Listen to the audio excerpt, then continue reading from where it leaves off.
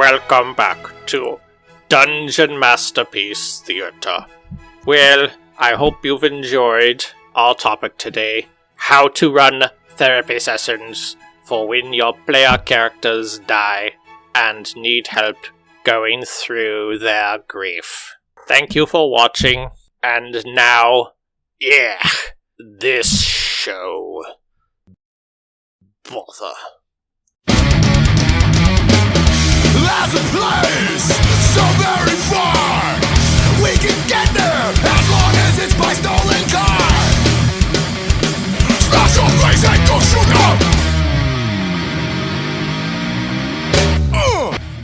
This is the Heavy Metal RPG Podcast with your host, Banjo Destructo.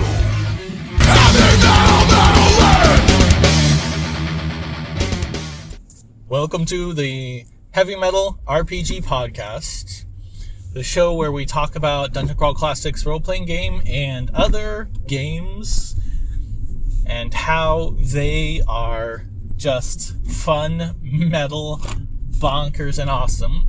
This is episode 0, where we're going to do an introduction to DCC RPG. We're going to talk about the level 0 funnels, and we're going to start off with some icebreakers and other stuff. So, if you want to send any emails, comments, questions, recorded files, send them to heavymetaladventures@protonmail.com. Alrighty. Now for the icebreaker. Today's icebreaker question is, if you had a magical power to squirt any kind of liquid from one of your hands from each of the 5 fingers from your hands. So, it's magic. You're not being affected by it. Temperature can be anything. What 5 liquids would they be? Alrighty, so this is kind of a tricky question, right? Obviously, you want some utility. You don't want it all to just be food. So, for the purely theoretical utility of it all, I would want to squirt out liquid neutronium from one of my fingers. So that's 1. From another one, I would want to do liquid hydrogen. That's 2. From my 3rd finger, I think it'd be nice to do water. So that's 3. Alrighty.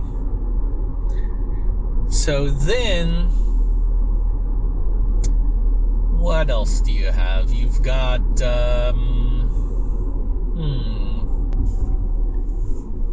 I think vodka would be a nice one to do for finger number 4. And for finger number 5, I think I might want to do liquid stevia, which is kind of a weird one. But, these days, I've been on a stevia kick, using that as a sweetener instead of sugar. And I think that'd be nice just to be able to squirt out a little bit of stevia to sweeten things in a liquid form. So yeah, those are my 5 things. If you have 5 liquids that you would want to squirt out of each of the 5 fingers on one hand, magical power, it can be hot, it can be cold, you won't be affected by the temperature, you won't be affected by the chemical composition when you squirt it out. Send your email to heavymetaladventures@protonmail.com and let me know what 5 liquids you would want to squirt out of your fingers. Alrighty. On to the main subject. What is Dungeon Crawl Classics role-playing game? Well, DCC RPG is a game published by Goodman Games. They wrote the game as a response to the low sales that 4th edition had for the modules that they were making. Goodman Games started off doing modules for 3rd edition. Maybe they did some for editions of Dungeons & Dragons before that, but 4th edition was such a low blow and unpopular with their fan base that Goodman Games decided to make their own game. So they took 3rd edition and they changed some things up to make Dungeon Crawl Classics role-playing game. So in the game, you've got what's called a dice chain.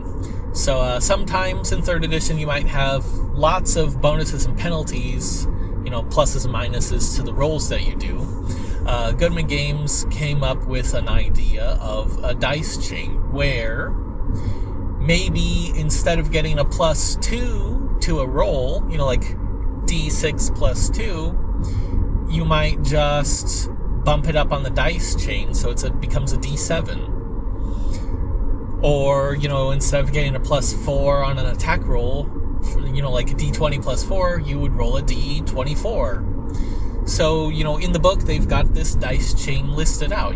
It goes all the way between D3 to D30. So that's one thing that makes DCC RPG different than Dungeons & Dragons.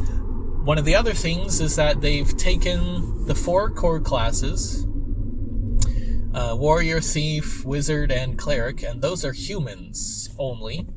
And then they've reintroduced an old idea from original D&D where elves, dwarfs, and halflings, those are classes instead of just being a race that you can choose and then throw a different class on top of it. And this is kind of based on the idea that the adventuring world that you're in is a human-centric world. Humans are the main adventurers. They're the ones who are perceived as having differences in their abilities. And, all of these strange, unfamiliar races that sometimes come into the world of humans, if they do adventuring, they all seem to do the same stuff, which is why elf is a class, instead of elves being wizards, warriors, and who knows what else. Another idea of Dungeon Crawl Classics is that monsters should be strange and unique. The goblins that are raiding your town are called goblins by the villagers because that's just what's plaguing them. The goblins raiding your town are different than the goblins raiding towns on the other side of the mountains. The people call them goblins, but they can be different, right? So if you were a scientist today, you might classify them as different monsters, but because the whole world revolving around these villagers being attacked doesn't include stuff over the mountain, it doesn't include stuff from other kingdoms, it doesn't include stuff from all over the world, and because these monsters don't tell them, hey, we're not goblins, we are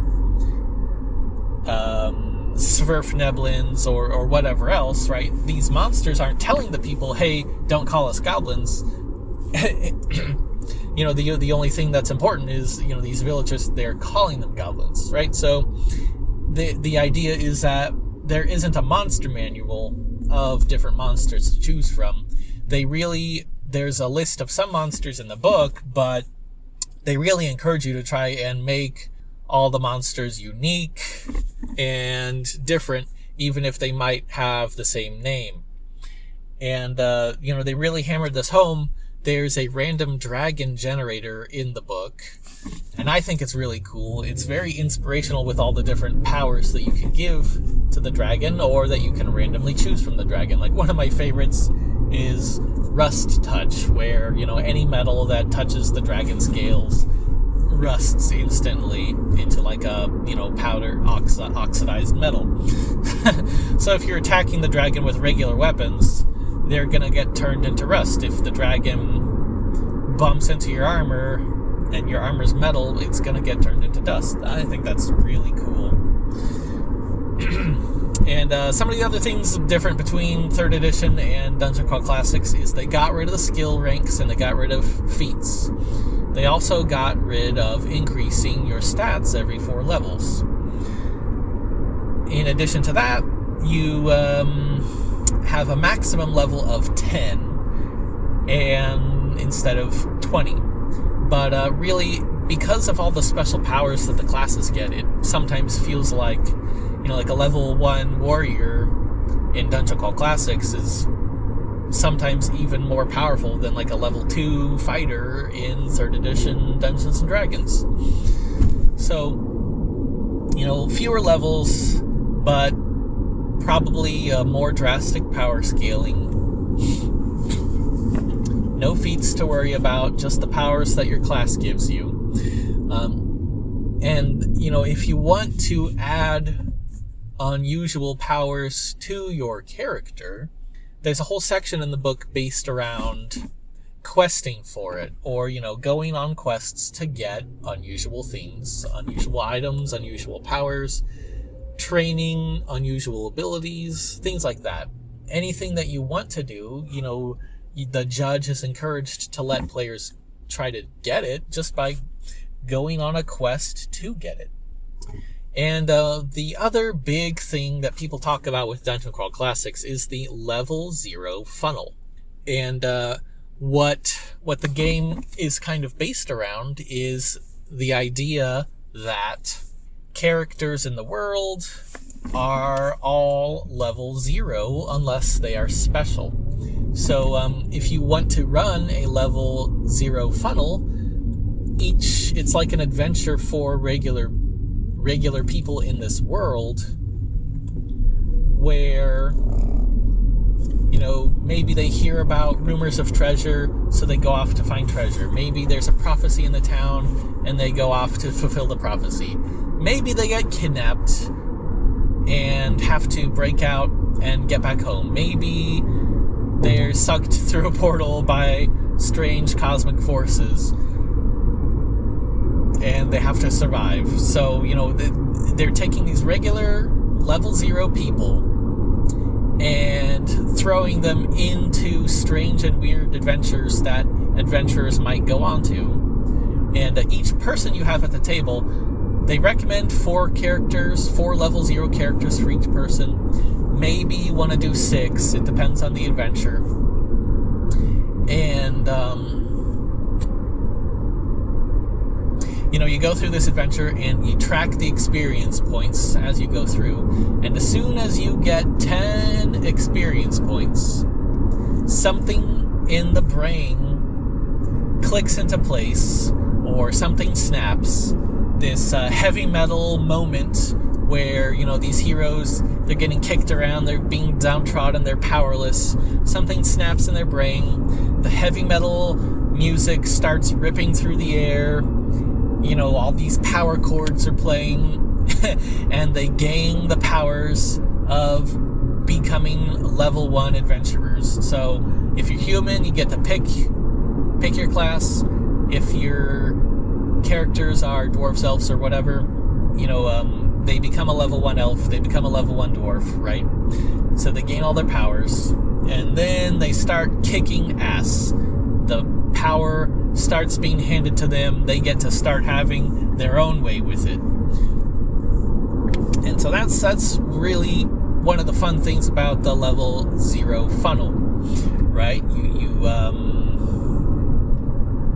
And then, if they survive, you've already got some characters left that you can keep going on more adventures with. Lots of people I see ask, what do you do when you have more than one character who survives a level 0 funnel?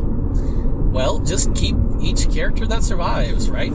You can choose to have more than one character be under your control. That's probably one of the more modern mindsets of today, is that you can only have one character at a time. When Dungeon Crawl Classics is trying to embrace more old school ideas where You might have 2 characters you run at once. You might have 3 characters you run at once. You might have 4. You might have 1 character who has hired 2 henchmen and also has like a torchbearer and like a porter and a whole bunch of other stuff to support a whole bunch of other characters that they've hired to support them on their adventures, right? And that's one of the things about modern campaigns that kind of disappoints me. I feel like you feel a little disconnected and not really part of the world by only having control of 1 character. And, there's also this idea that, if you start at level 1, you have an expectation that you're gonna keep that character all the way to level 20. The old school idea is you start with your character and you don't know how long they're gonna survive. You try to keep them alive as long as possible.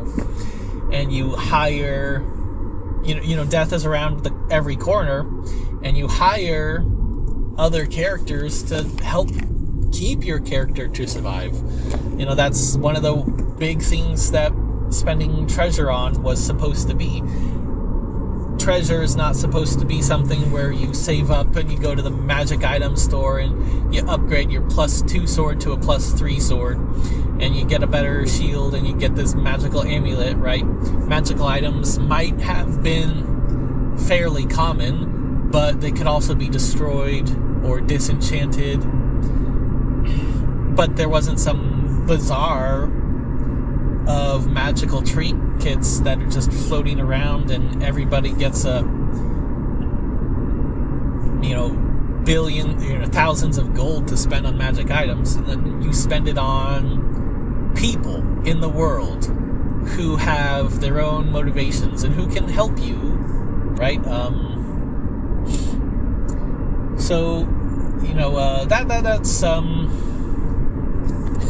That's a bit of a tangent, but that's one of the things about Dungeon Crawl Classics that can be so fun, is trying to make a campaign that is beyond just the character that you're doing adventures with.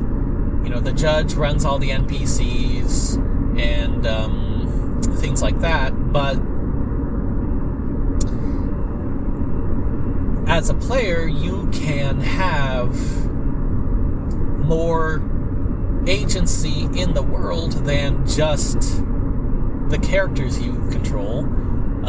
If your judge allows it, they could let you run 1 NPC faction. Like, maybe you're doing a hex crawl campaign, and your judge gives you command of a tribe of goblins, and so you get to decide, where's the goblin lair? Where do the goblins go when they go raiding? How often do they go raiding? What do they do with the stuff that they get when they go raiding? Like, do they use it as material? Like, do they try and do trading with pirates and other people who don't care, who they trade with? That they'll trade with anybody. Like, maybe they trade with the evil necromancer who has some kingdom that they control. World building can be fun within a constrained set of rules that everybody plays by. Modern story games try to get other people to do world building, but they do that by throwing rules out the window, usually, and just allowing anything to happen. And when, the old saying goes, keep an open mind, but not so open that your brain falls out. Rules are not there to limit people in what they can do. They are there to put realistic constraints on what can happen in the world, and then allow people to use their creativity within those limits to build a world together. Maybe you have more fun controlling the goblins than running adventures as a person, but you could build the goblins up to be so interesting that it makes for like a fun dungeon crawl later on when your character raids the goblins. Or maybe you make the goblins go to war against the trolls. Who knows, right? That's how interesting things happen. It takes burden off the judge, right? The judge really should be there to make sure dice rolls that happen follow the rules, and that the outcomes that happen from the dice are what actually happens, and they are reflected in the world. But really, a fun campaign should be, if you're starting off at level 0 from a town of poor people, some of them become adventurers. Maybe they want to get gold and stuff to help their town, right? Motivation is one of the things that emerges from circumstances of the world and the campaign that you're running. It shouldn't be something that you pick from a list of things in a background that you spend an hour working on before you even start playing.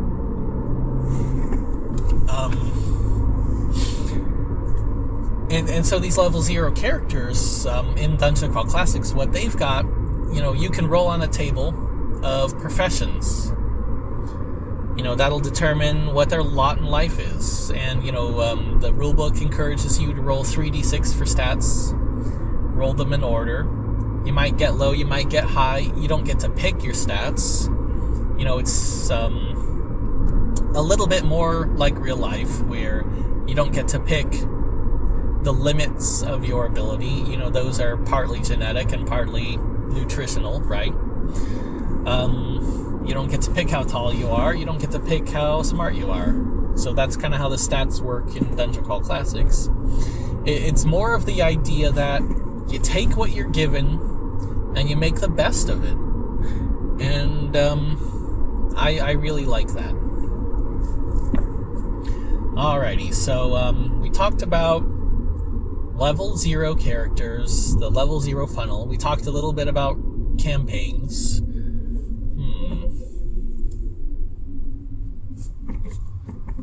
One of the things that makes Dungeon Crawl Classics different from Dungeons & Dragons is the spellcasting.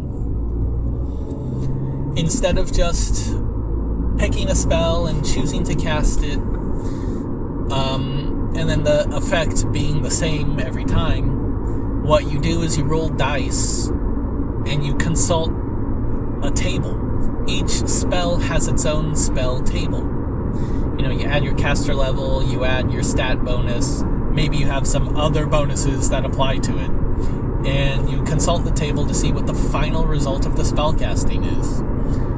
You can have a level 1 spellcaster cast Magic Missile and have it be dinky, or you could roll really high and have it nuke like all the monsters that you're fighting off in one turn. And it's also different from Dungeons & Dragons in that there are no spell casts per day that you have. Like in Dungeons & Dragons, you might memorize 3 level 1 spells, and you can only cast each of those spells once per day, so you would be limited, right?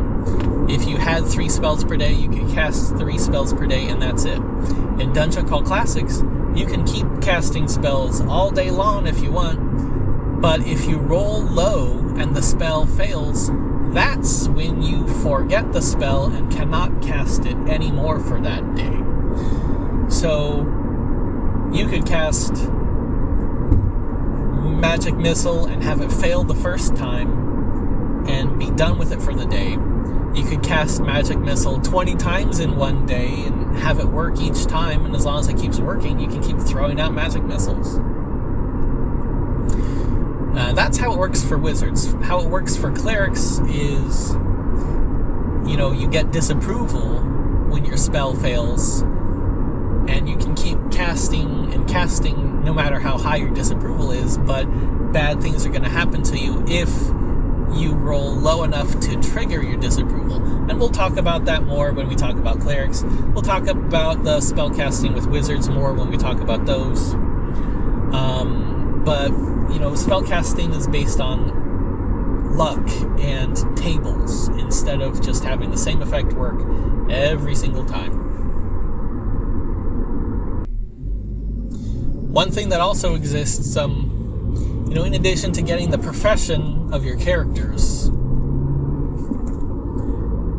the profession determines the starting equipment that you have, and you might also get a little bit of extra copper too to go with it.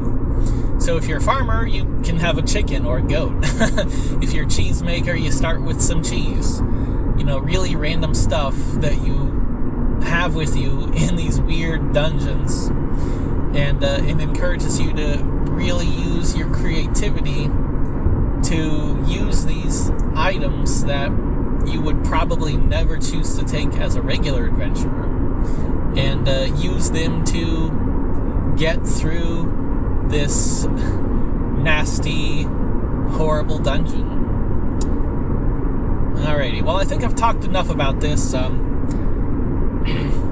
Let me know if you think I should do more editing. I'm thinking about whether I should just rant and then post it as is, or do a little editing and then throw it together and put it up, but I don't know.